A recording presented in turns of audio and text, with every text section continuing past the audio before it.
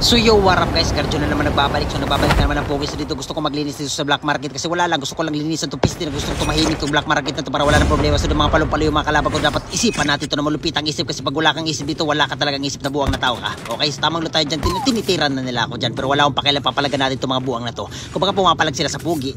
Okay, so ang ginawa ko dyan, pinuntahan ko na agad itong mga to. So nagsama-sama sila dito sa baba. So ang ginawa ko dyan, pinasukan ko na agad dyan. Ayan, so may nakita ko isa dyan, tinitira ko. So papalagan ko to, pinasukan. Tinitira, kaso wala talagang tutok ang animal Garjo na to. Ay sus, grabe na to, hindi na to normal. Okay, so dumadami na sila dito, dumadami na mga buwang na to na dong. Ang dami na dong. Madali ka pero dito, magpadali kasi pugi tayo. Kaya so bumaba muna tayo, tamang hiling muna ako dito. Nandito talaga mga palong-palo talaga itong mga buwang. So papalagan ko to, sino ba kayo para hindi palagan ni Garjo. Nandito na tayo. Siyempre pinagpamasdan natin itong mga buwang ng mga tao na to. Kasi kanina pati, kumbaga nagigigil na ako. Gusto ko na tumahimik yung ano to, black market na to. So nadali natin yung isa dyan, may nakita pa ko isa dyan, ginawa ko dyan. Dito ko na malupit na to, patay ang buwang. So down to na sila dyan, so ano gagawin ko dyan? Binabaan ko na yan. Kumbaga pinutusan na agad natin ito para wala ng problema. Okay, so ginawa ko dito, makyat na tayo kasi maghanap pa tayo ng kalaban. So dito may nakita ko dito nag-zipline. So ano gagawin ko dyan, naka-zipline na yan.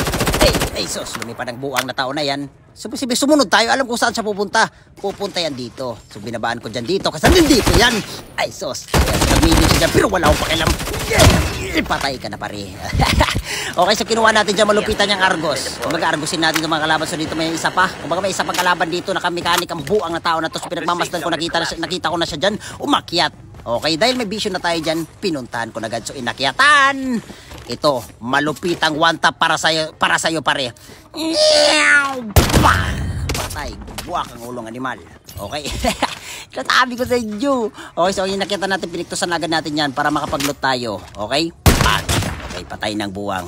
Okay, dito naman may chopper. Kumbaga isa kasama din nila to. Binabaan, kumbaga pipiling magaling tong buwang na to. Akala siguro mananalo siya sa pugi. Okay, pumapalag. Ito yung gustong kalaban, pumapalag. Okay, so dahil pumapalag to, palagan natin to. Ayan, oh. Grabe yung tutok ni Manong.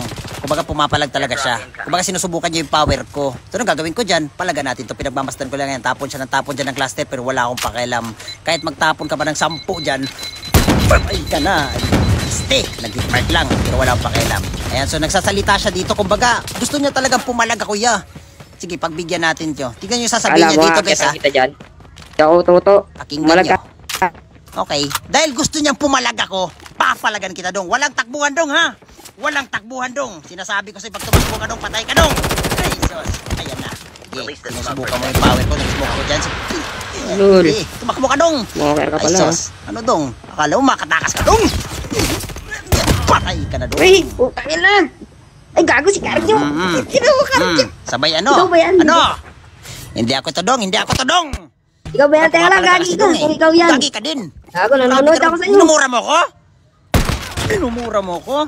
Tsumbagin kita eh. So yun na nga guys, dahil naubos na natin yung mga tao dito sa black market, huwag niyo kalimutan mag-follow sa page natin dito sa TikTok na din.